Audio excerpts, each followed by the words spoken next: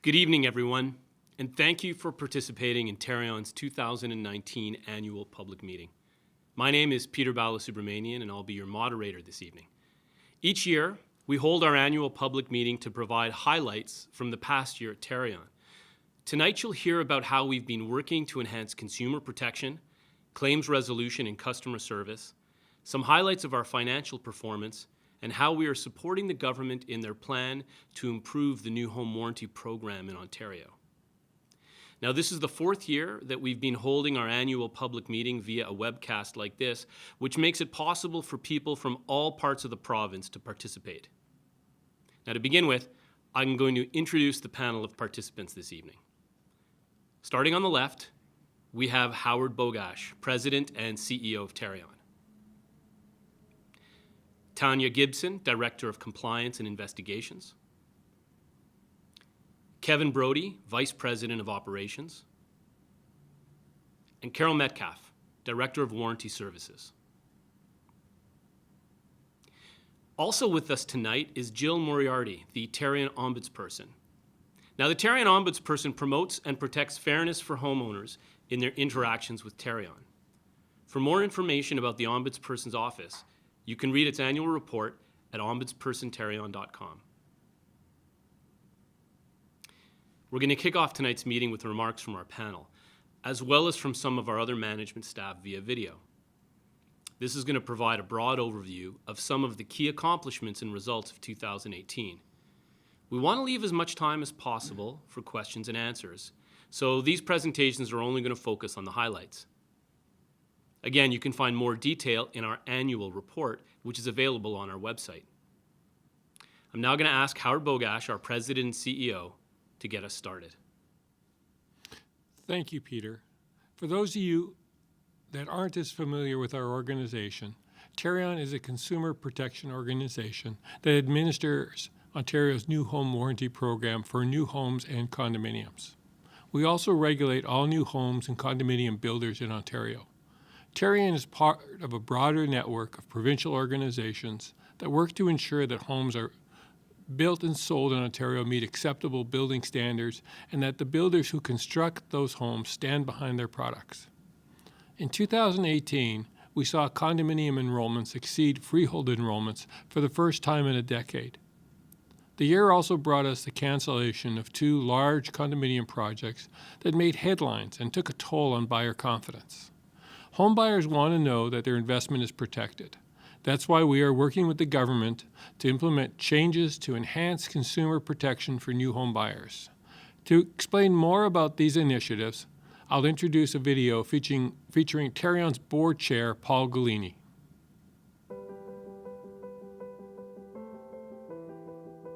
When a consumer purchases a new home, everyone involved in the new home building industry has a role to play in meeting their expectations. This includes municipalities, government inspection entities, associations, builders, trades, and of course, Tarion. Recently, the Ontario government announced changes to the new home warranty program with the goal of enhancing consumer protection. These changes include creating a separate regulator to oversee the province's more than 5,500 new home builders and vendors, introducing legislative amendments to make Tarion's executive and board compensation publicly available and a move to a more balanced, skill-based board composition, exploring the feasibility of a multi-provider insurance model for new home warranties and protections in Ontario, and finally, launching new initiatives to better inform and protect purchasers of cancelled condominium projects. We look forward to supporting the government to achieve these goals while continuing to deliver our core services to new homeowners, builders, and vendors while the transformation is underway. These changes are just the latest in the continuing evolution of consumer protection, a process that Tarion has been supporting together with our industry and government partners for 43 years. We're proud of the progress that has been made and the steps that are still to come to help ensure consumers receive quality-built homes backed by excellent customer service and a warranty they can rely on. This year, we titled our annual report, Building Confidence, because it represents the work that Tarion continues to do to ensure that consumers can have confidence that their builder will deliver on what they promise. One ongoing challenge is that some homes in Ontario are sold by builders not registered with the new home warranty program when they should be. Illegal building can put consumers at risk and can undermine confidence in the new home building industry as a whole. To explain more about our efforts to combat illegal building, I'll pass it over to Tanya Gibson, our Director of Compliance and Investigations. Thank you, Howard. Illegal building puts homeowners at risk, not only because they may be unaware of their warranty rights, but also because their homes may not meet the Ontario Building Code. Builders who fail to register with Tarion or do not enroll their homes in the new home warranty program are in violation of the Ontario New Home Warranties Plan Act and are considered to be illegal builders. Ontario is the only jurisdiction that provides warranty protection to homeowners that are victims of illegal building. In 2018, Tarion paid out $4 million in claims to Ontario homebuyers who bought defective homes from unregistered illegal builders. Over the past year, Tarion has continued to evolve its approach to the prevention, investigation, and prosecution of illegal building in the province. It begins with raising awareness in the community regarding the red flags of illegal building and encouraging the public to contact us with leads. When we receive a lead, the Compliance and Investigations team collects all the necessary details to evaluate the lead so that we can then initiate an investigation when warranted. To act as a deterrent to illegal building, effective January 1st, 2018, fines were increased under the Ontario New Home Warranties Plan Act. Builders found in violation of the law may now face fines up to $50,000, as well as imprisonment for up to 2 years.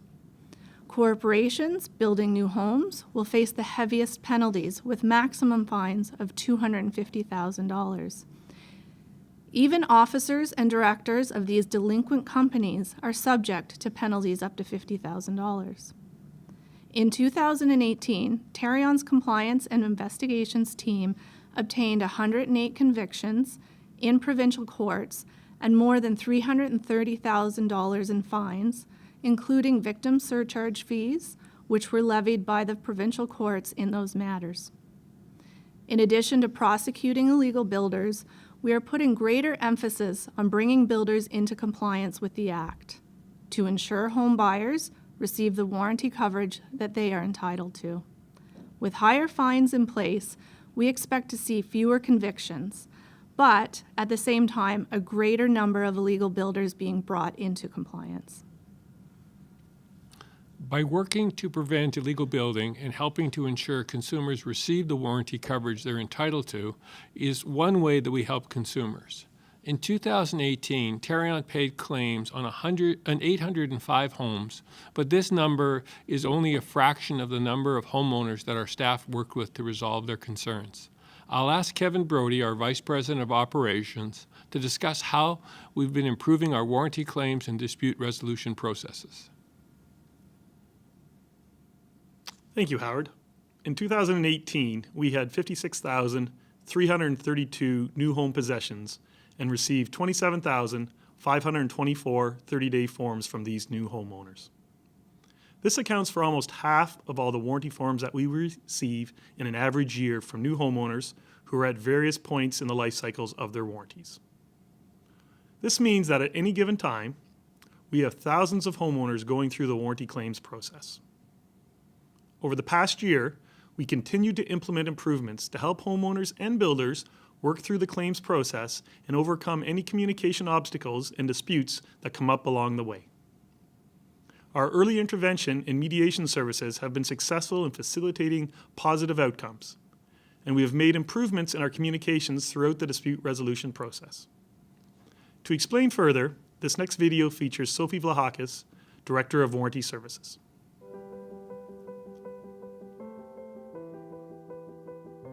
In 2015, Tarion initiated an external review of our dispute resolution processes. The subsequent report triggered a series of improvements, as well as new initiatives that have continued to evolve Tarion's dispute resolution approach. In 2018, we made a number of additional changes based upon recommendations from the external review. First, we revamped our correspondence to include additional information regarding what to expect at each stage of the claims process. Second, we made it clear to homeowners and builders that they have equal access to information through Tarion. We now highlight in our communications that either party can request additional explanatory documentation via Tarion, such as drawings, specifications, and other information pertinent to the warranty claim. Third, our warranty services representatives and managers completed training to help improve their decision letter writing skills. We also added an additional step wherein each decision letter is reviewed by an advisor who is not associated with the file and who can independently assess and critique its readability. And finally, to promote awareness and understanding of the claims process and the various dispute resolution options and how they work, we produced a number of new resources, including the Warranty Process Manual, the 7 Steps to Resolving a Warranty Claim infographic, the 10 Steps You Need to Know About Your Conciliation video, a podcast on dispute resolution, and several blog posts and articles on conciliation, early intervention, and how to make a warranty claim. When issues arise, Tarion is here to work with homeowners and builders to make sure claims are resolved. Through the continued evolution of our tools, communications, and processes, Tarion is helping to ensure both homeowners and builders understand their warranty rights and responsibilities, are aware of the resources available to them, and are able to make informed decisions throughout the claims process. In 2018, we also saw the expansion of technology solutions to enhance our customer service in the future. For example, we launched a virtual inspections pilot to make it possible for homeowners to use an app to show our warranty services staff potential warranty issues in their homes without requiring an on-site inspection. We also implemented artificial intelligence tools to allow us to serve customers 24 hours a day, 7 days a week, and to help us better predict the types of claims that may require more attention. To provide some background on our technology innovations, we have a video with Bonnie Douglas from our warranty services team.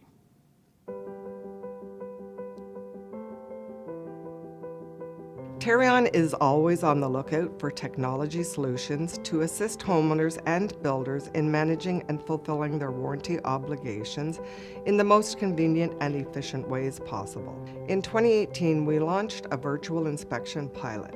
This allows a homeowner to get a quick sense of whether an item may be covered. Instead of requesting an on-site inspection, the homeowner can download an app, call Tarion, and use the app to provide a live video feed that appears in a dashboard on Tarion representative's desktop. Being able to see exactly what the homeowner is seeing, the Tarion representative can ask questions, provide feedback, and even take measurements using the virtual inspection technology. This virtual inspection process was used many times in 2018 and has gone a long way to help Tarion better resolve claims and improve customer service. Another example is the Tarion Connect project. This is a digital warranty management system that will make it possible for homeowners and builders to have an online, interactive exchange about warranty items. A homeowner's submitted items will appear in Tarion Connect, and they can have additional notes or photos. The builder, in turn, can log in and update the items as in progress, completed, or in dispute. Where there are items that are in dispute, Tarion will receive an alert so we can review the file and intervene to help resolve the issue before it escalates. Although still in the development stages, Tarion Connect has already shown potential to be a game-changing tool in the warranty management process. When a homeowner has a problem with their home or a builder needs help with the registration process, Tarion's customer service team is often the first point of contact for these inquiries. In 2018, the team responded to more than 158,000 telephone calls and more than 43,000 emails, not just from homeowners, but also new home buyers, builders, lawyers, realtors, and others who are involved in the new home buying or home building industry in Ontario. To help us continually improve our service levels, we introduced interaction surveys to gauge satisfaction levels with our daily customer service, specifically contact center calls and conciliation inspections. Over the course of the year, 4,809 homeowners and 132 builders completed surveys following interactions with our customer service staff. Survey responses related staff's ability to answer questions, the timeliness of their response, and their follow-through. Using this real-time data, we are able to identify key areas for improvement and make adjustments throughout the year to staff training and procedures. In 2018, we also made improvements to one of our key warranty resource tools, the Construction Performance Guidelines. To talk about these changes, we have a video featuring Sharon Henderson from our Stakeholder Relations team.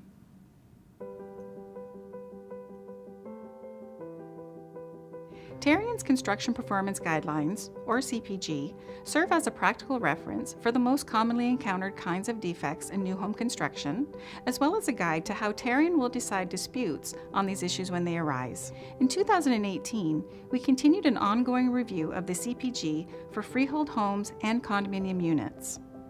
We took into consideration both feedback from the public and consultants with industry professionals. This resulted in modifications to several existing articles to bring them in line with current practices and requirements, as well as the addition of some new articles. In 2018, we also developed an illustrated version, Home Explorer, which allows homeowners and builders alike to find a potential defect within a simulated home or condominium unit and learn about whether it is or isn't covered under the warranty. Since its launch in May, the tool has continued to evolve based on user feedback, including the addition of improved graphics and prompts. Home Explorer makes the CPG more accessible as well as easier to navigate and to understand. To date, the new tool has been used by thousands of people and has received overwhelmingly positive feedback. Tarion is funded by builder registration and renewal fees and home enrollment fees. In order to fulfill our consumer protection mandate, Tarion maintains a strong guarantee fund. In this next video, our Chief Financial Officer, Edmund Lee, will explain why the guarantee fund is so important and provides some updates on our financial performance in 2018.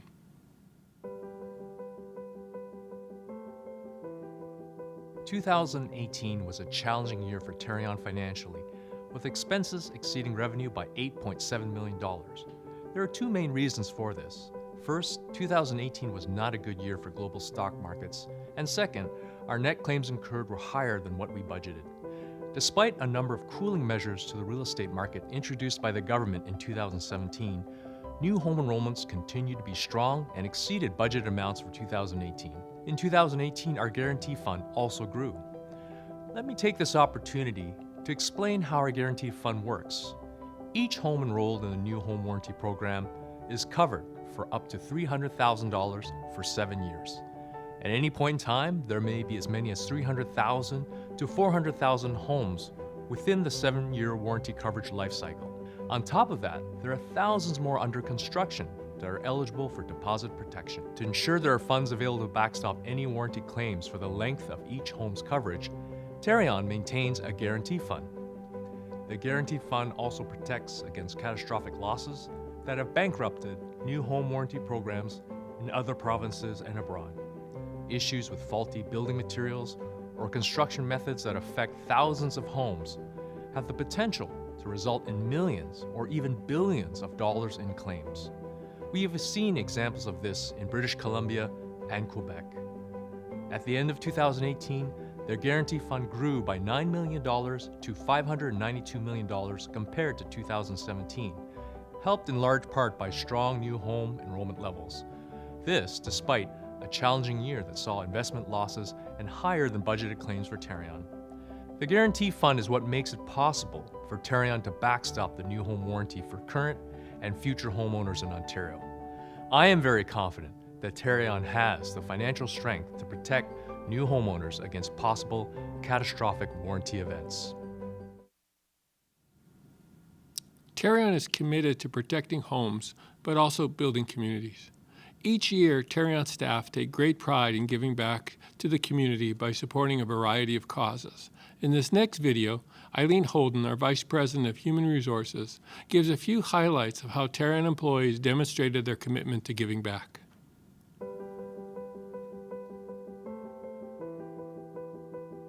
In 2018, Tarion launched a new corporate social responsibility plan, which reinforces our commitment to community support and engagement.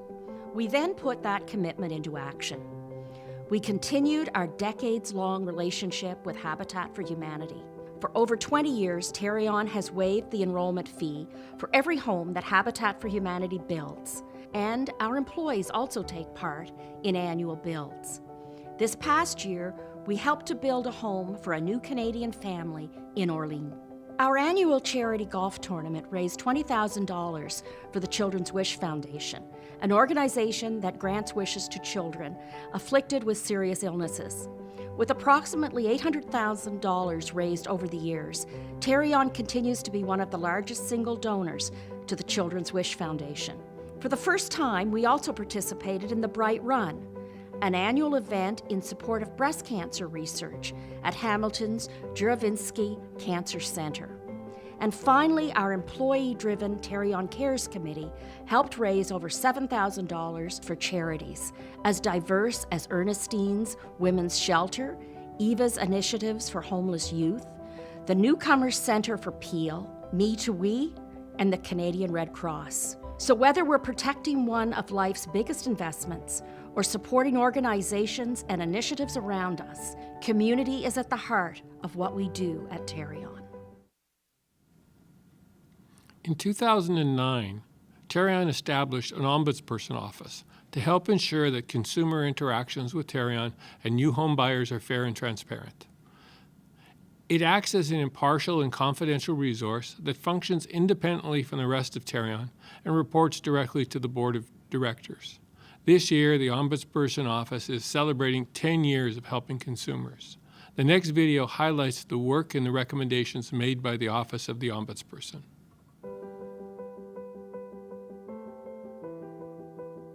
The role of the Ombudsperson Office is to ensure that Tarion treats homeowners fairly and that it acts within the intent and spirit of the Ontario New Home Warranties Plan Act. The Ombuds Office was founded just over 10 years ago, and in honor of that anniversary, I'd like to speak a bit from a historic perspective. Since 2008, the Ombuds Office has fielded 3,500 contacts and has made 275 recommendations, all but one of which have been accepted and implemented by Tarion. These recommendations have resulted not only in specific remedies for individual homeowners who have been treated unfairly, but they've also influenced the way that Tarion does business. By demonstrating professionalism and impartiality, we have been able to develop a relationship of cooperative influence with Tarion. This, in turn, has encouraged a culture of continuous improvement. Confident that we share a common goal of fair outcomes, Tarion trusts our office to provide not just recommendations once fairness issues have been identified, but also preemptive guidance by helping them to view all processes through a fairness lens. I'm very proud of the work that the Ombuds Office has done since its inception, and I look forward to continuing to serve as a fairness advocate.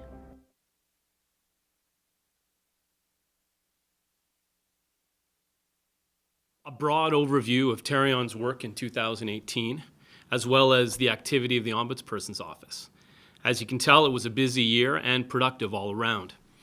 As Howard's already mentioned, there is more detail on the work that Tarion's done in 2018 in our annual report, and that's available on our website. And if you want to know more about the activities of the Ombudsperson's Office, you can visit the Ombudsperson Office website as well and read their annual report. Now, as promised, we're going to move on to our question and answer period. Some of the questions that we're going to respond to we received in advance of tonight's meeting, and others are coming in as we speak. If you have a question, you can email us at events@tarion.com. And we'll take that email, we'll direct it to the panel for discussion. So that everybody who's listening in tonight can benefit, we do ask that the questions that are directed to the panel be of a general nature. But if you have specific questions relating to your own home or your specific file, you are welcome to submit those too. The way we'll deal with that is we will pass those along to one of the warranty service reps that we have on standby. To help facilitate that process, if you have a specific question on your own file, include your phone number or where you can be reached tonight so that our representatives can call you directly. Depending on the volume of inquiries we receive, our hope is to respond to these type of individual questions within 48 hours. Now, it's possible, maybe it's likely that we can't get through all of the general questions tonight. Unanswered questions will be posted to our website in the annual public meeting section under the About tab, and we'll do that as soon as we can after today's annual public meeting. Finally, I want to point out that tonight's webcast is being recorded and will be posted to Tarion's YouTube channel within the next week or so. Now, with all that in mind, let me begin with the first question. So the team in the back is sending me questions. I have them on my laptop here that have come in. And the first question, I think, will be one for Kevin. And it's about how the enrollment fee works and how the conciliation fee works. So the question is, Tarion is paid a mandatory enrollment fee. So why do I have to pay $288 each time I ask for assistance? Shouldn't the enrollment fee cover any other warranty issues just like any other warranty plan? So Kevin, the question is about the conciliation fee, and the homeowner's context is, why doesn't the enrollment fee cover that? Why do I have to pay more every time I ask for a conciliation? What's your take on that? So there's a couple of parts to that question that I'd like to address. The first one is the reference to getting assistance. So there's many ways of getting assistance from Tarion without having to pay that conciliation fee. And what I mean by that is you can call into our call center at any point in time to talk to our staff. You can call to our tech desk at any point in time and ask specific questions with regards to the warranty of your house. There's other times where you can go onto our website. We have some great tools that will also assist you. So there's many different ways that we can assist you where there isn't an additional fee that we would actually consider the conciliation fee. So that conciliation fee is more of a deposit than a fee. And so the conciliation fee needs to be paid prior to Tarion actually coming out and physically coming to your house to assess items. And the reason why I call it is a deposit more than an actual fee is that over the last 5 years, on average, 91% of the time, that fee is refunded. And the question might be, well, why is it refunded that often? There's a couple of reasons. One is during the work to file process, the homeowner and the builder have worked together to resolve the items to the satisfaction of the homeowner. In that case, the homeowner would cancel the conciliation and the fee would actually be refunded. Or in the other case, when the actual fee is paid and we actually go through a conciliation, there's actually an item, whether it's one item or many different items, is deemed to be warranted. And if there's at least one warranted item, the fee is also going to be returned to the homeowner. Part of the reason why we do charge that fee is we do want to prevent frivolous claims from going forward. There's also fees charged to the builder. So as I mentioned before, that a warranted fee or a warranted item would result in the fee being returned to the homeowner. If there's a warranted item, there's actually a charge of $1,000 to the builder. Kevin, it's also worth pointing out we have an animated CPG called Home Explorer now. So a lot of work can be done by homeowners to look through that and get a better idea whether their claim would fit under, how it would be warranted or not. And that's a great resource for people to know. And it's now been put into sort of an animated version. If you haven't looked at it as a homeowner, I'd strongly suggest you do. I think it'll be very helpful for people looking at their issues and seeing whether there's legitimacy to what they want to claim. Okay, thank you, Howard and Kevin. I think there were a lot of good ideas there. A couple of ideas of assistance you mentioned that don't cost anything. You referenced the tech desk, work the file process, and the availability of the CPG. I'm wondering, Carol, maybe, can you explain what the tech desk is, in case the viewers don't know? The tech desk is a group of people that will address any issues that come through our call center, and they're of a technical nature. So sometimes you may be early in your home and it's not time to submit a form yet, or you may have submitted a form, but you're not sure whether or not the item that you're concerned about would be something that is covered under the warranty. And it is of a technical nature, so you would speak to someone on the tech desk. And they do have a technical background, and they're familiar with the Ontario Building Code the construction performance guidelines, and all building practices. So they would probably ask you a number of questions about the item that you're concerned about. And they may also use the Home Explorer so they can have a look at what the item is, and you would be able to show them that. And they would be able to give you a better idea of, if this is something that you would want to put on a form, if this is something they're not going to tell you whether or not it's warranted, because we don't do that unless we come to your home and actually see it. But we can give you a good idea where to look in the construction performance guidelines for this particular item, or we can also say that this is something that. If it's in your second year, for instance, and we could say this is something that would be covered under the first year, or we could say that this is something that is normal in your new home. So there's a lot of advice that they can give you. They won't say whether it's warranted or not, but they can give you some really valuable advice as to whether or not you want to proceed with a conciliation, and it's something for you to consider, and it's very helpful for you. So I would encourage you, if you have a technical question, to contact our tech desk. Okay, thanks, Carol. I got one more idea that I want to clarify that Kevin, you mentioned, so maybe I'll pass it back to Kevin.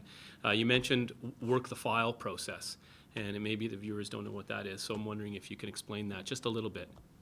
So the work the file process will begin once a homeowner requests a conciliation. And so we talked about the fee about the conciliation. We talked about the fee that typically is refunded.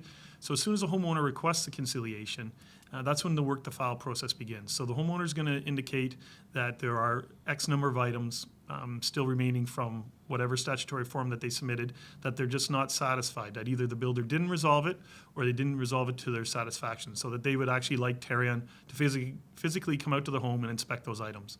And so what Tarion would do, and why we call it work the file, is we'd look at those items and we'd contact the builder to get their side of the story. We'd then reach out to the homeowner and get their side of the story. Because a lot of times, sometimes it's just a breakdown in communication. It may just be, the builder might indicate, oh, you know what, I thought I had resolved that item. I'm glad the homeowner has now told me I haven't. I'll go back in and fix the item. Or there might just need to be some clarification from Tarion for either the homeowner or the builder. As Carol mentioned, the tech desk might be able to get involved during the work to file process as well, or one of our field representatives to give a better indication of whether or not an item would be warranted. As Carol said, we don't actually make the actual call, but we could actually give a pretty good indication of whether something's warranted or not warranted.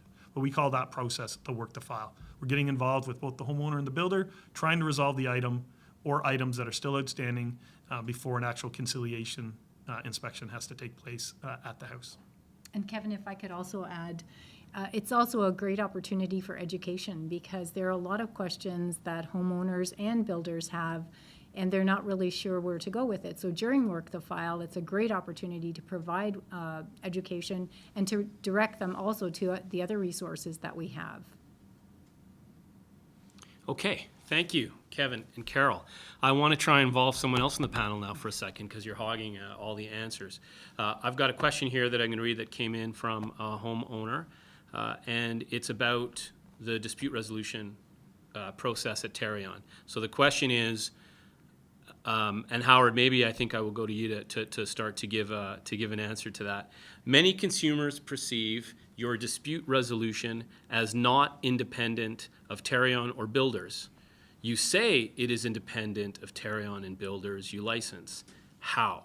So I think it's a question about dispute resolution and the independence of it, and how that independence is perceived. So Howard, how would you address that question? Well, let me start with the process in terms of it. Everything in our process starts with somebody putting something on a form. The form comes into Tarion, the form goes to the builder has an opportunity to repair the issue. Where there is an issue, either the repair isn't made to the satisfaction of the homeowner, or there's some other areas, at that point in time the homeowner can ask for a conciliation. A conciliation is when somebody from Tarion will come down, meet with the builder, meet with the homeowner, look at the items, ask questions, gather information, probably come back to their office and make a determination of something that is either warranted or not. along the way. We view that as independent because the conciliator is not working for the homeowner or for the builder. We view this as coming in somewhat as being the umpire and either calling it as a ball or a strike, whatever it may be. But this process also has an appeal process, and that appeal process is, and you can appeal it through the process as a Tarion. If you're unhappy with the answer, you can go to the manager along the way. You have the opportunity to go to our independent ombudsperson. But the real sense of impartiality is you can always appeal a decision to the License Appeal Tribunal. The License Appeal Tribunal is completely independent of Tarion. It's a government agency. I think it's under the auspices of the Attorney General. Any homeowner can dispute an issue through the License Appeal Tribunal and get a complete, fair reissue of the issue at all. So there is a formal independent review that's available through the process. So there's a number of review processes. Again, I state that our people are independent. They make the decisions to the best of their ability. And there is an appeal process which has all the makings of all the signs of independence. It's not influenced by anybody. It's operated by the government. It's reasonably accessible to all parties along the way. And they will look at all the evidence brought forward. So we are very comfortable that we have a pretty independent decision-making process, and particularly comfortable with the appeal process. I don't know if Kevin or Carol, you want to add something to that?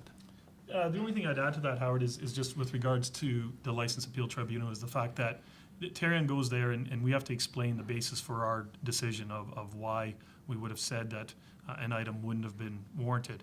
And then at the end of the day, the License Appeal Tribunal is going to look at our decision and the rationale, and then it'll either uphold our decision or they will overturn it. Okay, thank you, Kevin, and thank you, Howard.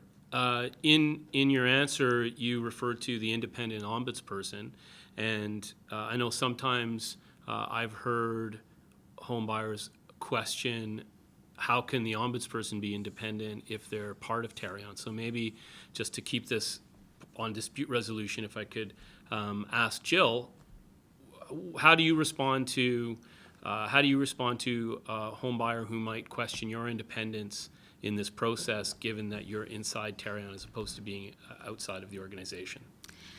Our independence is set out in our terms of reference. There are very strong terms of reference, and they lay out the fact that we are not part of Tarion. We're independent of Tarion. Our information is confidential from Tarion. And we report directly to the board of directors. So we do not report to Tarion management, and we maintain our independence in that manner. We also have independence through our processes are completely independent of Tarion, and Tarion has no access to our processes. So, Jill, I have a question here. I'm just going to stay with you for a moment. So, if something comes to you, the homeowner's question is, how does the ombudsperson decide something is fair? So, I mean, I think it's a general question. Maybe you could explain your process or how you approach a file. Sure. When we're looking at fairness, we look at three different aspects of fairness. So we look at procedural fairness, which is how was that decision made? Was the homeowner given all the information that they needed to understand what the process was? Was the decision made in a timely manner? Then we also look at substantive fairness, which is the decision itself. And was the decision made using all the relevant information that was available? We'll also look at relational fairness, which is the third part. And that's how the homeowner was treated. So were they treated with respect? Were they listened to? Was Tarion approachable and professional? Now, if Tarion provides fairness in all three of those aspects, then there won't be any fairness issues. But if even one of those elements is dropped, then there will be unfairness as a result. And we will look at what the unfairness is and what is an appropriate remedy for that. And we'll discuss that with Tarion.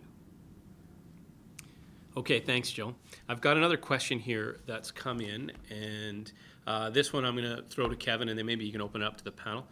It's very specific about the way that we handle claims in terms of the warranty process. So the question is, what remedies are in place to prevent builders from not responding to warrantable items or not addressing them? I have a builder that just dithers on items that were registered on the 30-day and 1-year inspection lists. So the homeowner is describing a situation where they're going to be frustrated because the builder is not dealing with the situation. What remedies do we have, and what should that homeowner do? So I'll start with you, Kevin. What would be your advice? So there's a couple important things to remember. That if you've submitted a statutory warranty form and you feel that your builder has been not resolving the items, and you come up to the end of the builder repair period, which will be 120 days after the submission of your form, you must request a conciliation if you want to have Tarion involved. And we talked a little bit earlier about what that means. And so the work to file the process would start at that point in time. Tarion would contact both the homeowner and the builder, try to resolve whatever outstanding items there are. And then at the end of it, if the items still aren't resolved to the satisfaction of the homeowner, we'd actually go to conciliation. And one of our field representatives would actually come to the home, look at the items, determine which ones are warranted, which ones aren't warranted. For the warranted items, the builder is expected to resolve those items. And so a couple things happen if the builder hasn't resolved those warranted items before the conciliation. One is the fact that they'll become chargeable.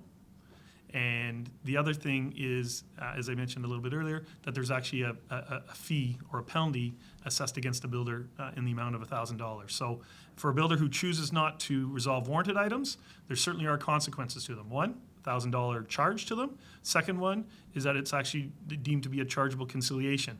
And that's information that ends up being put on our Ontario building directory, and it ends up being there for 10 years. And so that's a significant consequence to the builder as well. And at the end of the day, the builder still has to fix those items. So if it's a warranted item, they still have to fix it. And if they don't fix it, Tarion will end up resolving those items directly with the homeowner. So on top of the $1,000 fee, on top of it being a chargeable conciliation and showing up on their Ontario building directory, if they still don't resolve those items after they've deemed to be warranted, we will actually resolve them with the homeowner, and we'll charge a 15% administration fee to the builder. Now, that's on the warranty side of things. On the licensing side of things, there could be consequences as well. So if it's just maybe it's a minor item, or maybe this is the first time that the builder hasn't been able to resolve the items, and that builder has built hundreds and hundreds of homes before, and so, they just made a mistake, okay? Hopefully they've learned from their mistake. But in the case where this seems to be a bit of a repeat pattern, there's going to be licensing consequences to that builder. That could range from being limited to the number of homes they could build in the future. It could result in additional security requirements for that builder. It could result in having to do some extra customer service courses with us. Or in the very extreme cases, it could result in Tarion issuing a notice of proposal to take away their license to build and sell in the province of Ontario. Kevin, on a number of occasions I've been in the contact center, and I've overheard the staff call a builder on an issue. So a homeowner will phone up and say, look, I'm frustrated. It's not my time, but I'm not getting any responses in terms of this along the way. And I've heard them on time make a call to the builder and try and get to the story, and so that there's a better conversation. I think we shouldn't forget that while we have a good formal process, we have a lot of things that work well on an informal basis. And I would say if somebody felt very frustrated that nothing was happening and they felt the time frames were coming and there was issues within the house or something might be getting worse, we can always take a phone call. We can always listen. We can always make another call to someone. It also helps build a file if there is an issue later that we have some reporting of early on. So I know our staff are always open to try and look at that. So I think it's important to understand that there are some informal processes that can be helpful along the way as well. Okay, thank you guys. I've got another question here. And Tanya, I know you've been waiting for one, so we've got one from a compliance perspective. The question is, can a homeowner expect a certain standard of conduct from a builder in their trades? And what does Tarion do when the builder behaves unprofessionally towards a homeowner? Tanya. Tarion expects that all builders behave with honesty and integrity. So what that means is we really expect them to behave in a respectful, cooperative, and courteous manner. And this is a condition of their licensing to build new homes in Ontario. If a homeowner feels concerns that their builder's not behaving in this manner, they can contact us and we would look into the builder's behavior. We would open an investigation, conduct an investigation, and if we find that there is issues of honesty and integrity as a result of the investigation, then this may have impacts to the builder's registration or license. And I'll ask Kevin to speak a little bit about what sanctions could be put on the builder in those instances.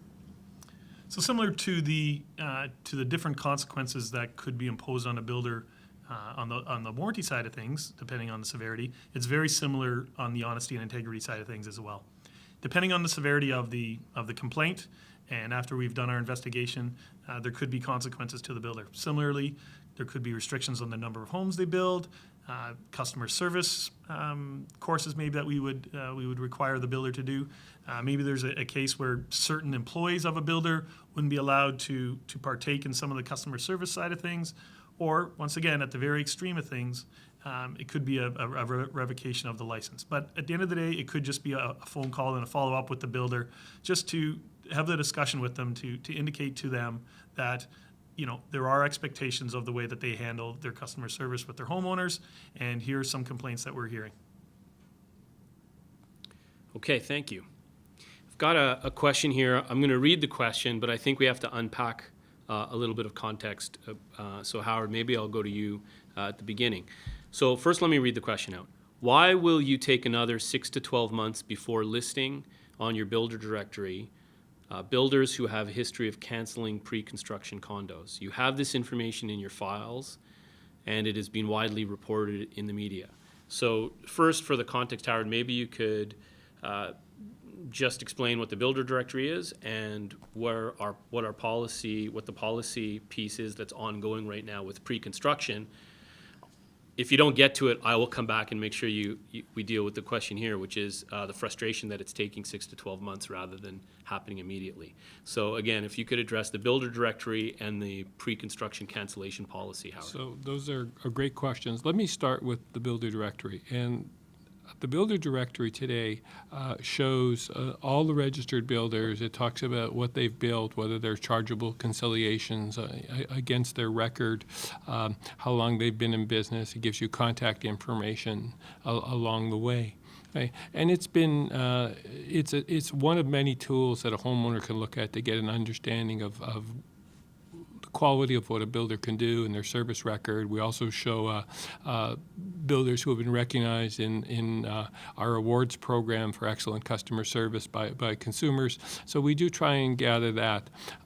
In the last 2 years, we are working with the government on a new way to sort of improve some of the disclosure dealing with this, and primarily relating to the issue of condo cancellations. So let me start with the first part is we actually have had all the information about the condo cancellations on our website. So we do post this. We do post information on all these different issues. What we're working on today is to expand the builder directory to capture those items as well. And what we're trying to capture with that is not only the issue of cancellations, but we're also trying to show how many projects have been built, to be able to address them by address, to provide much more meaningful information to somebody looking at it.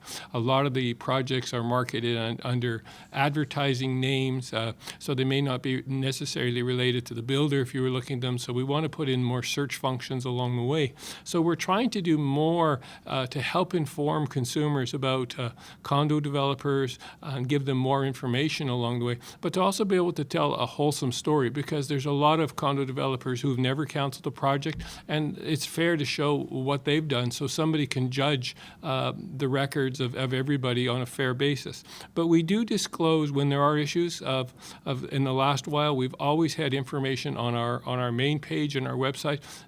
We do disclose all those issues, and we're working to build a better, more robust builder directory that'll give more information to everybody about all the issues about condo development and condo cancellations. Okay, Howard, just to clarify, when you say that we do have that information on the website, what area or what do you mean by that? every time we've been aware, and we're aware of all the cancellations, there have been information that's been posted on the front page of the website. So it's been available on all issues. Now, does it stay there forever? I'm not positive as to that issue, but we do pretty good disclosure. We also provide information for people who are looking for information about that cancellation, and also addressing issues about the return of their deposits, which is a very, very important part to us. So we have recognized all the cancellations, but what we are working on now is a better form of disclosure of information. And this is going to take us just a little bit longer because there are a number of significant changes. If we start talking about the ability to capture all the projects, to capture them by name as opposed to just by developer, to put a reference, to be able to look at things by address. So we will work on having a new builder directory, which is far more robust along the way. But we do capture all the cancellations, and we have disclosed every single one of them. So in terms of the length of time to do the builder directory, it's the technical work that has to be done. That's what you're saying. Correct. Okay, we've got another question on condo projects, which I think I'll put to Kevin. And the question is, when a cancellation happens, what are the licensing implications? What effect, if any, has this had on the licensing process? So what happens is that we are made aware of the cancellation, and there's a number of information pieces that we ask from the vendor builder to send in to us, and we review those items, and we're wanting to make sure that the cancellation was done. Typically, what happens is a cancellation is done on one of the early termination clauses within the agreement of purchase and sale. There's an addendum in there that's attached to all agreements of purchase and sale, and it'll list 3 or 4 different early termination clauses that would have to be met for a project to go ahead. And so a lot of times the builder is relying on one of those early termination clauses, and so we will look at that information, and we'll make sure that the builder has canceled the project in accordance with those early termination clauses. At the end of the day, we can't force a vendor or a builder to complete a project, but what we do from a licensing side of things is we do look to make sure that they acted with honesty and integrity, and they took all business practices to try to fulfill those early termination clauses. At the end of the day, if there are significant concerns, as I mentioned before, the most significant thing is it could result in a termination or a revocation of the builder's license. And other times, what may happen is if there's future projects, we may look at those future projects a little bit differently to ensure that it doesn't happen again. Kevin, it's fair to say, though, that cancellations have been around for a lot longer than the last 2 years. We have had condo cancellations going back as probably to the earliest days of condominiums. There's been a right within the Condo Act itself should a builder be unable to meet all the terms and conditions. Now, most of these have been done by not getting the zoning correct, or zoning approved, or not hitting a certain threshold in sales. But we've seen more of them in the last year, or perhaps we just think we're seeing more of them in the last year because they're certainly making the news. Okay, thank you, Kevin and Howard. Now, it was a live question, and while you were answering it, I'm wondering if I may have missed the nuance of the question. So the question that was asked was, what effect, if any, this has had on the licensing process? And I wonder if what the question was really getting at was, have you changed the way that you license builders in terms of the intake as a result of the cancellations in the media? And there have been some changes to the licensing process there. We're asking some additional questions now. One of the things that we're interested in now are restricted covenants as well, and that's something that we're asking for as well. So certainly when we're looking at projects, we're wanting to make sure that they appear from the beginning that they're going to be viable. There doesn't make any sense for purchasers or builders to have a project that's going to begin out there that we think is going to have a high chance of being canceled. Okay, thank you, Kevin. I have another live question here, and the question is, on new construction properties, appliances should be new and free of issues. Why wouldn't these appliances be covered under the warranty? Carol, maybe that's a question you could lead us on, and so it's about coverage of appliances and what a home buyer should do if they have an issue. Appliances typically come with their own warranty, so if you have a refrigerator that you've purchased or was provided with the purchase price of your home, then it does come with a separate warranty. So it is not something that is a part of the fixed portion of the home. If it were a built-in one, that may be different because then it is a fixed part, but it's considered more a chattel rather than something that would be covered under the warranty under the defect and workmanship part of it. But again, there are warranties that cover the appliances, so for the stove or the refrigerator, microwave oven, those are all considered chattels, and once again, those warranties are separate from the warranty coverage from your home. The other exception would be appliances that are related to the distribution systems. So when you move into a home, your furnace is going to work, and you're going to be able to claim it if your furnace doesn't work within that. So there are warranties that apply to certain aspects of the appliances that service the home versus appliances that, as Carol described, are chattels. So does it matter, if I can just continue the line, does it matter if the appliance is built-in or not built-in, Carol or Kevin? It does make a difference because if the appliance is built in, then the builder has obviously taken responsibility for building it into the cabinetry or whatever portion of the home. And there are appliances that they put cabinet covers over top of, and those are covered by the warranty. But the actual functioning of the appliance, such as the dishwasher, for instance, if it were built in, the dishwasher itself is not covered under the home warranty, but it is covered under the appliance warranty. But the dishwasher, the installation of the dishwasher, and anything that happens to it in that install, or if there's a defect in the way it's installed, that then would become a part of the warranty, the home warranty. Okay, I can appreciate how this could be confusing for a home buyer. So I'm just going to stay on this a little bit longer. If a home buyer has an issue with an appliance and they call in, do our staff help explain this to them? Do we tell them to find the manufacturer's warranty, Carol? We typically do. We'll find out first of all, is this an appliance that you could take with you when you move? So then that tells you it's a chattel. If it's something that you can take with you, it's a refrigerator and you can move it. So you know then it's a chattel.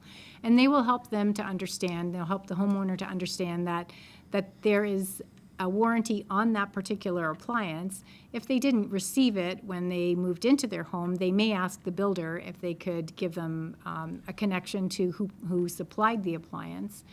In many cases today, a lot of the homeowners are choosing their appliances elsewhere and not through the builder. But for ones that are chosen through the builder would obviously have information on the supplier and may be able to connect them to that person or get them the documents that they need right away.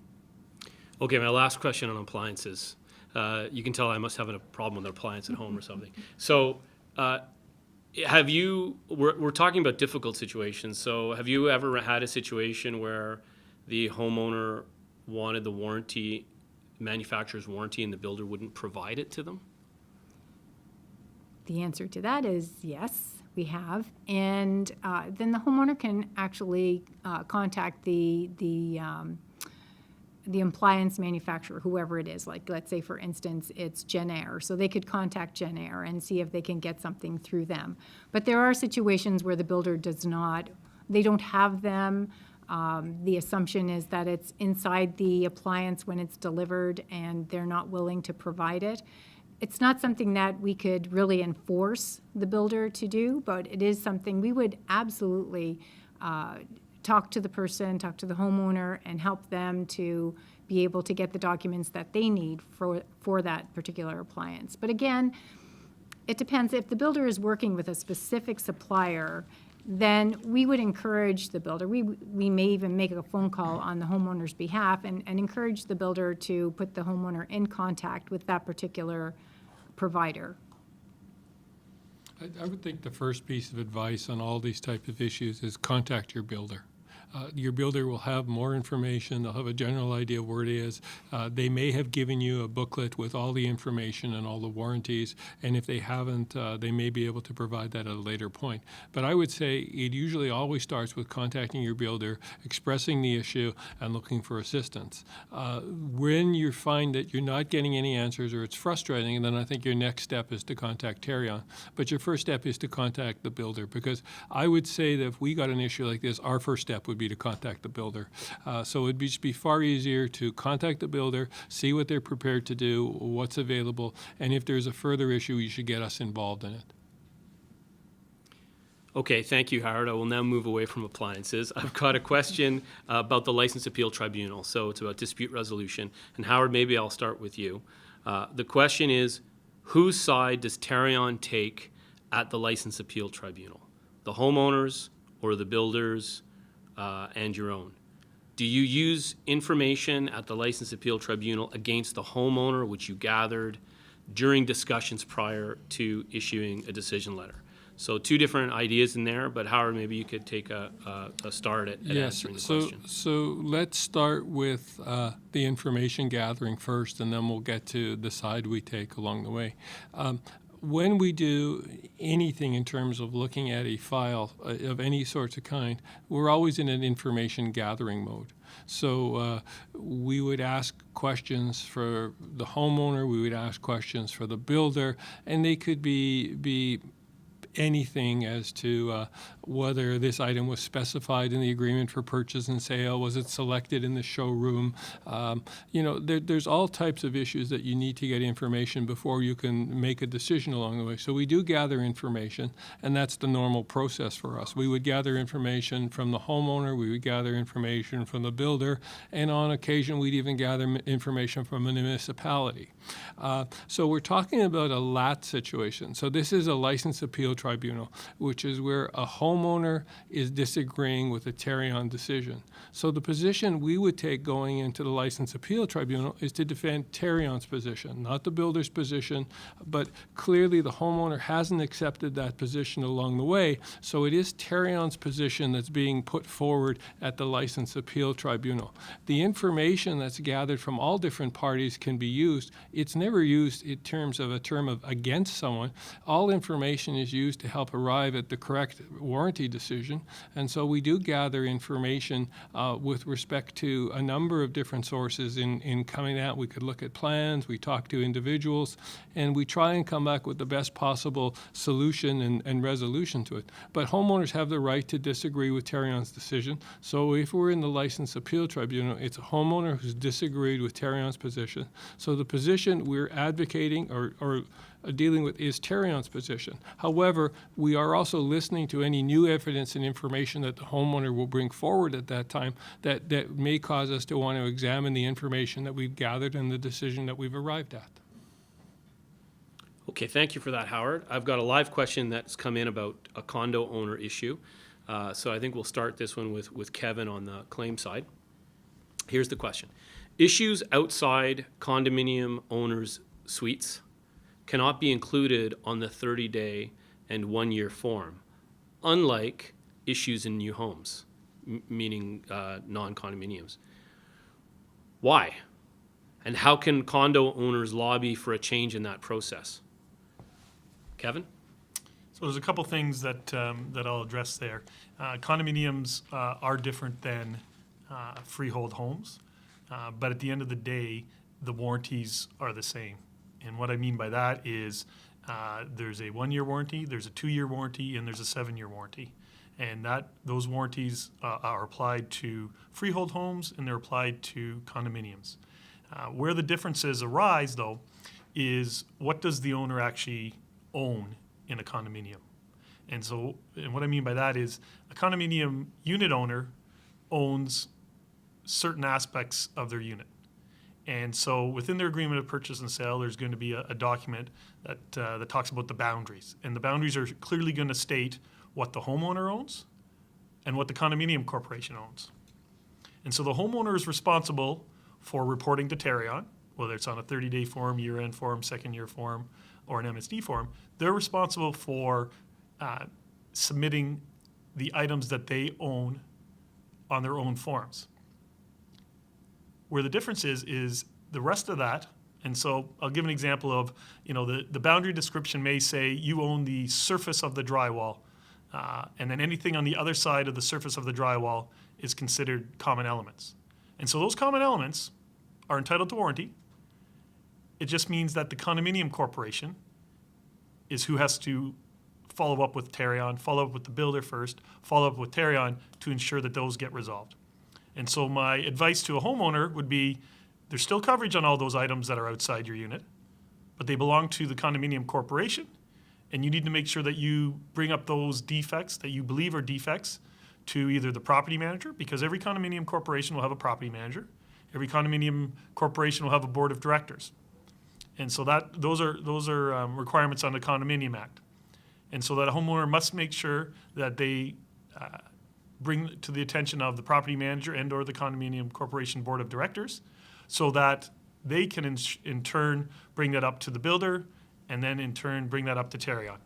But Tarion will get involved with the common elements to repair those common elements in the same way that we get involved with the actual units or with regards to freehold homes. But it's just a little bit different because our involvement will be with the property manager and the condominium corporation. Kevin, you should cover up the questionnaire that goes out, because every the residents do get to submit a questionnaire to the property manager or the board of directors that outlines their concerns as well. Yeah, and once again, that comes back to requirements under the Condominium Act that it's sent to all purchasers and to ensure that they're going to list items that aren't going to be necessarily part of their unit, but that are part of the common elements. And that's a great way for the condominium corporation, the board of directors, property manager, to really get a good indication of what's still outstanding or what the defects are. Because sometimes there might be parts of a condominium corporation that the property manager or the board of directors are not aware of, but that a unit owner actually is. So there's an opportunity to make sure you fill that out to give that into your property manager and the condominium corporation board of directors. But it can be confusing. Sometimes homeowners maybe don't read their property, the actual boundary description, so they may actually think, well, geez, this is part of my unit, when in fact it's not. In a case like that, Tarion's always here to help out and to help educate homeowners as well as builders about the actual boundaries and who's responsible for what. So one of the other questions I get with that, Kevin, is those warranties actually have different start dates. Could you maybe take a moment and explain that to the audience? Sure. So we've talked tonight about freehold units, and we've talked, about how you have to submit forms to Tarion. So it's the same thing for the common elements of a condominium.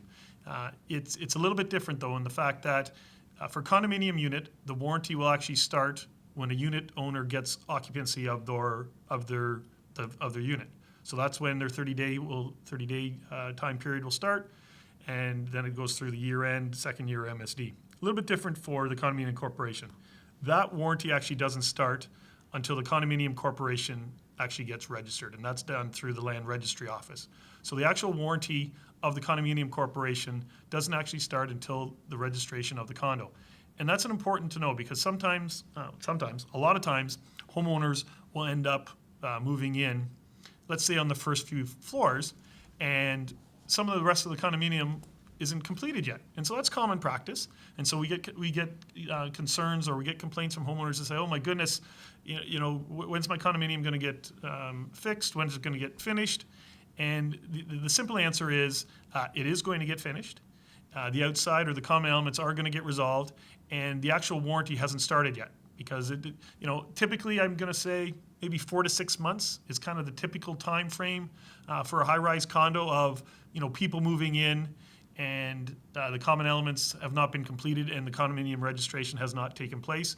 And why that's important as well is unit owners actually don't get title to their units until after the condominium corporation has been registered. So it might be easy for someone like this caller to be a bit confused, because the 30-day on their unit may be up and they're looking outside and seeing stuff on the wall that needs to be addressed and it's not being addressed. But that 30-day period may not have even begun. So this is a very confusing aspect of condominium living, and we certainly encourage people who are living in condominiums to spend more time trying to understand the rules of condominium living and understand what it means. And common element and unit issues are just some of those issues that you need to understand when you choose to live in a condominium.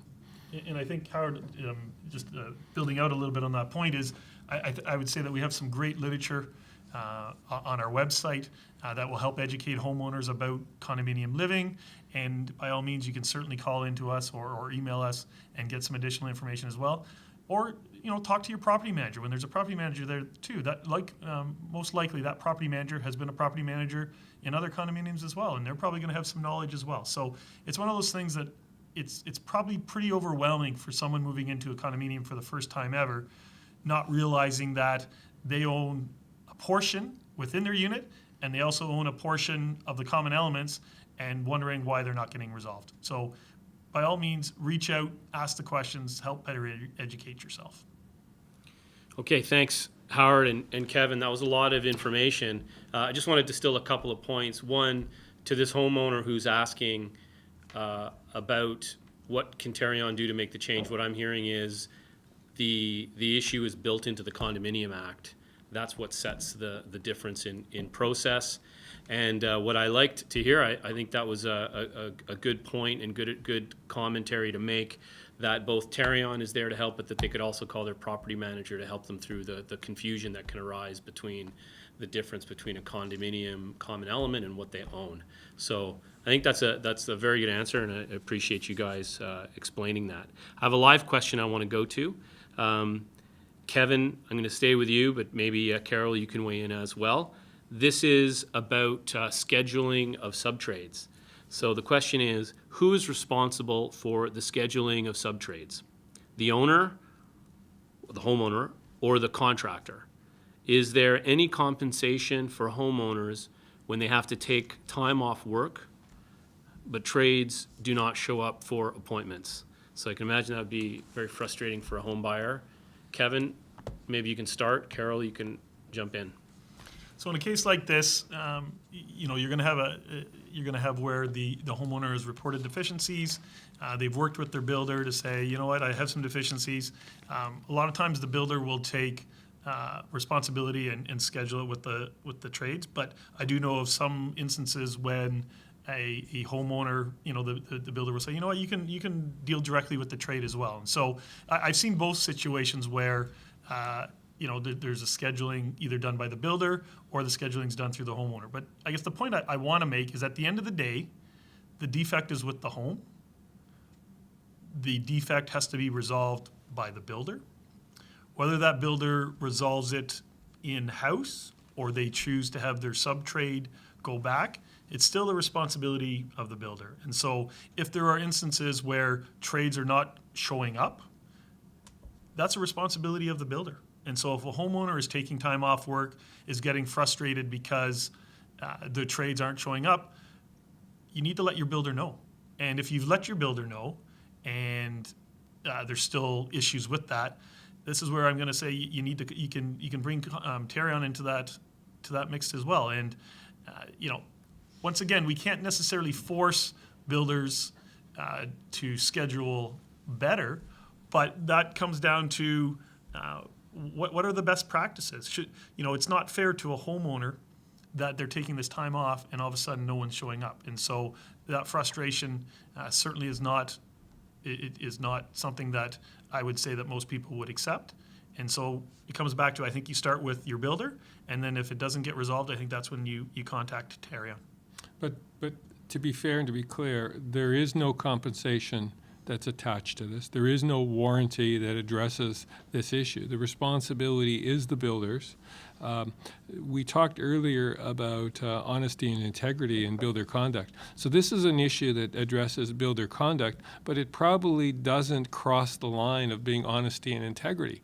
So you've got, and I hear this from homeowners who I've talked to saying they've missed 3 appointments, I've missed work, and we're dealing with it. So we start building a file to say, okay, there's issues in terms of builder conduct, and that's probably a more complex issue to be able to address in terms of setting requirements or eventually leading with a revocation of a builder. But it's good to get these things documented so that we can build a case if it becomes an issue. And the first thing we would do is just contact the builder and let them know that there's a concern.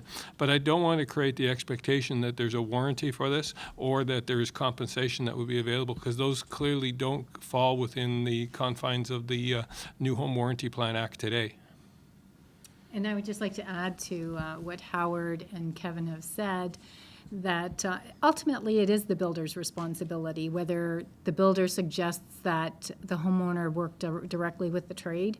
The homeowner is not responsible for working things out with the trade or trying to work with the trade schedule. It really should be the builder. But if they have an agreement that they can work with the trade and that's working out for the homeowner, then that's great. But again, to what Howard had said, it's really important to keep track of this, to really have a communication with the builder and saying, these are the dates that I'm available. Please let me know if these dates are working for you. And try to get some kind of organization with the builder, or coordination, I should say, with the builder on when they're available to come, on when their trades are available to come. And again, document it, because if it's an ongoing thing, it's really important for you to have and for us to have when Tarion gets involved.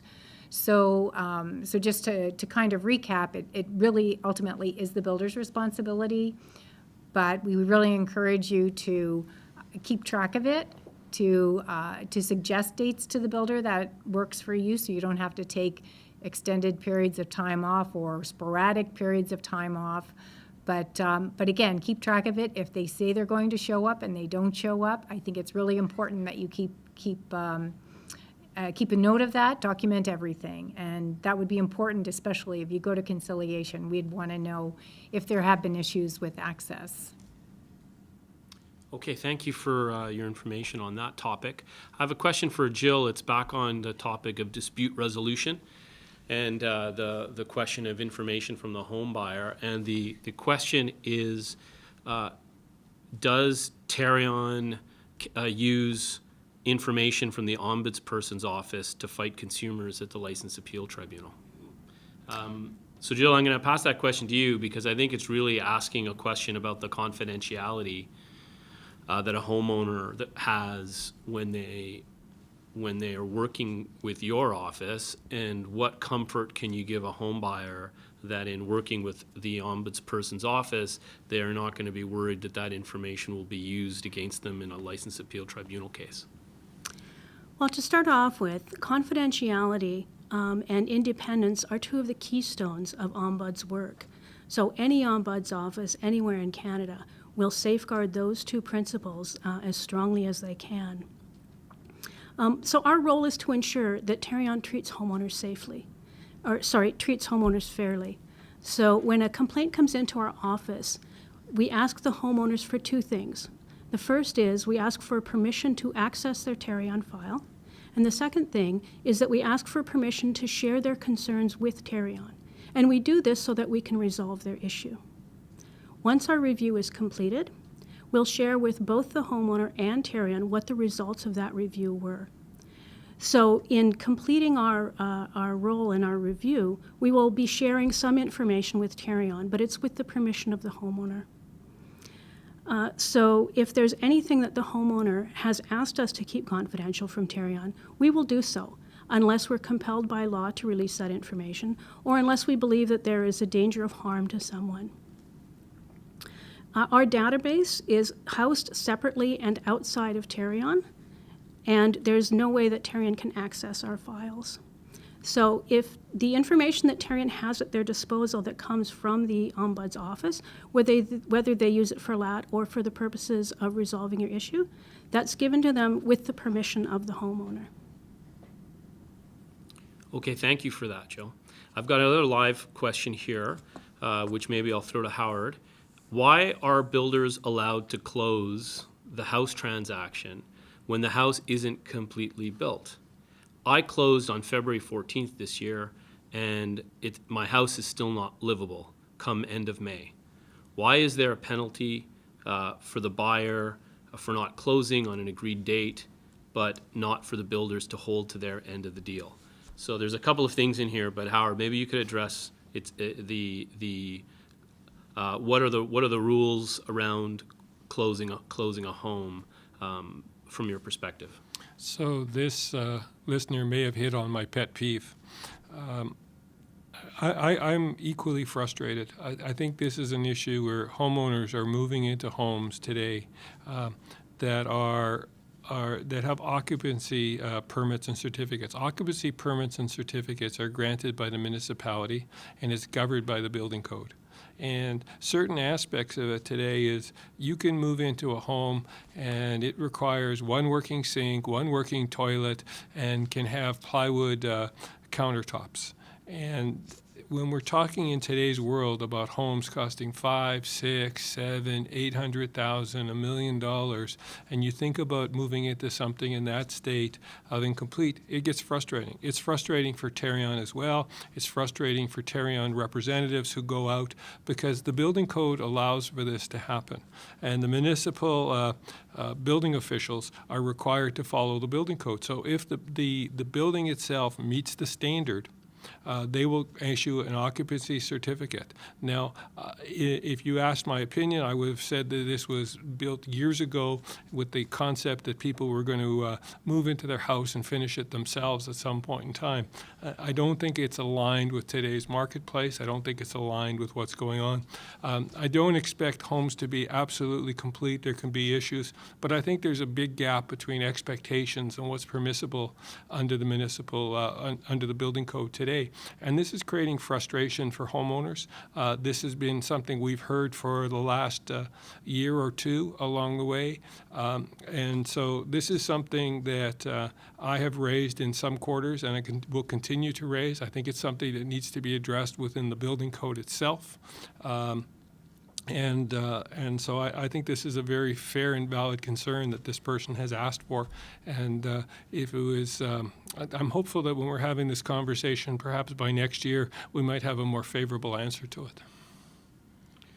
Sorry, Peter, I just want to add a couple things there with regards to what can Tarion do. And so we've talked earlier tonight about the warranties and how that applies. And so it would apply in this case too. Peter, I think you had mentioned that this person moved in February. So my hope, and it sounds like they've used the terminology, it's still uninhabitable. So there's a couple things there. One is I hope they filled out their 30-day form and have submitted it to us. But the other piece too is if this homeowner or other homeowners are somewhere in the process where there's still a length of time before they can have Tarion come out and do an official conciliation, but that there are either health or safety issues or emergency issues, certainly call us. So there are times where Tarion does get involved. So as much as we've talked about, it's the builder's warranty, the builder still has 120 days after a form is submitted to resolve items, there are instances where we will get involved. And so if this person is living in a home that has health and safety issues or emergencies, we would certainly get involved much sooner. And so for this individual or other individuals out there, once again, starts with your builder, but if you're feeling that your builder is not resolving any of these issues, you can certainly call into us and say, hey, you know what, I've been living in this house and I've got some real big concerns there. We will look at that and we can interject at a much earlier stage. Okay, thank you, Kevin. I've got a question for Tanya. The question is around how does Tarion manage illegal building, or how does it prevent illegal building, and in particular, how many builder investigations actually lead to charges? I'm not sure if you have that data, Tanya, but maybe you could take a shot at answering this question. We have a team dedicated to investigating illegal building or illegal building complaints. A complaint will come into our department. We will go through an intake process of that complaint, gather a series of information to determine if an investigation is warranted.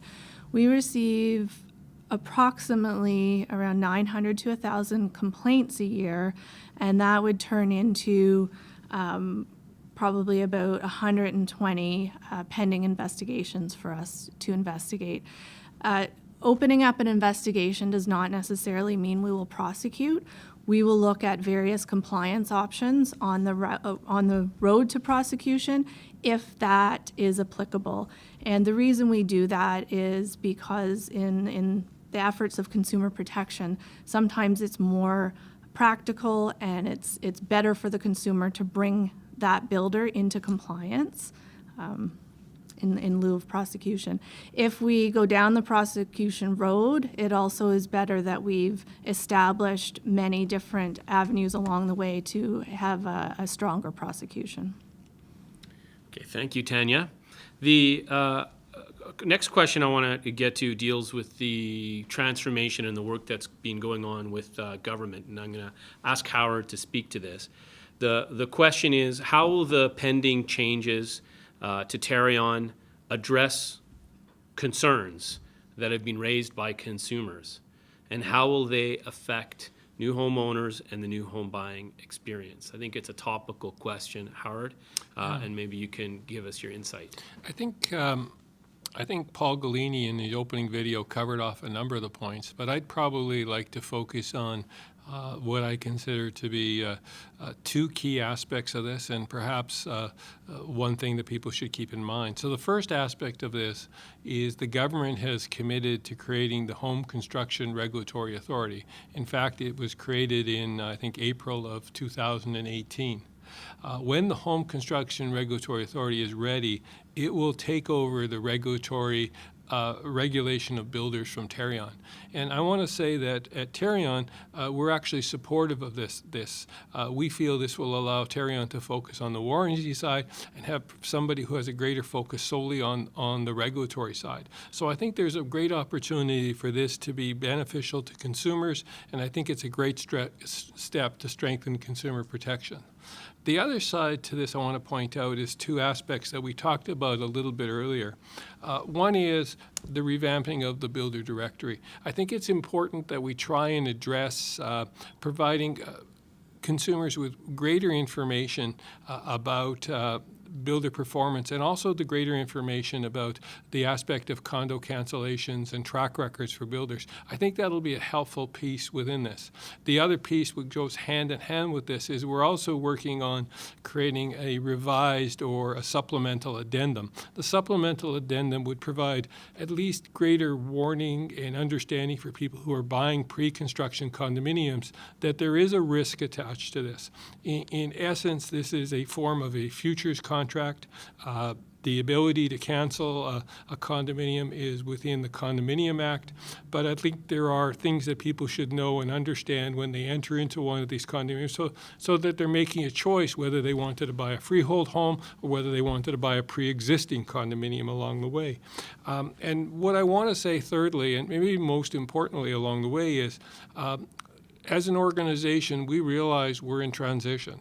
We realize that we are in support of creation of the Home Construction Regulatory Authority, and as I mentioned earlier, we see that as a positive. But in the interim, we remain to regulate builders, to provide warranty services, and to make sure that consumers are protected. So while we're in the process of going through transition, we're still here for Ontario's consumers, and we're still working on trying to make the program even better than what it was today. So I think it's very important we understand that we're working closely with the government to strengthen consumer protection, and that we will still be here until the transition is completed. Well, thank you, Howard. I think that that's a really important point to make, that during the transformation, Tarion is still providing the consumer protection service that we always have. And on that note, I think that brings our 2019 annual public meeting to an end, hopefully in time for some of you to get to where you want to be to watch the Raptors play tonight and hopefully win. I'd like to thank all of you for participating this evening. There were some excellent questions. I hope we were able to answer them to your satisfaction. And if we didn't get to your question, and it's on a topic that we didn't address tonight, we will be following up with you in the next few days. These also include questions that we didn't get to because they were too specific. For privacy reasons, we didn't address those by way of the panel, but we've directed them to staff and they will follow up as long as they had contact information and a way to reach you. And I'm also want to remind you that this event was recorded and will be on Tarion's YouTube channel within a week or so. Thanks again for joining us for Tarion's 2019 annual public meeting. And on behalf of the panel, good night.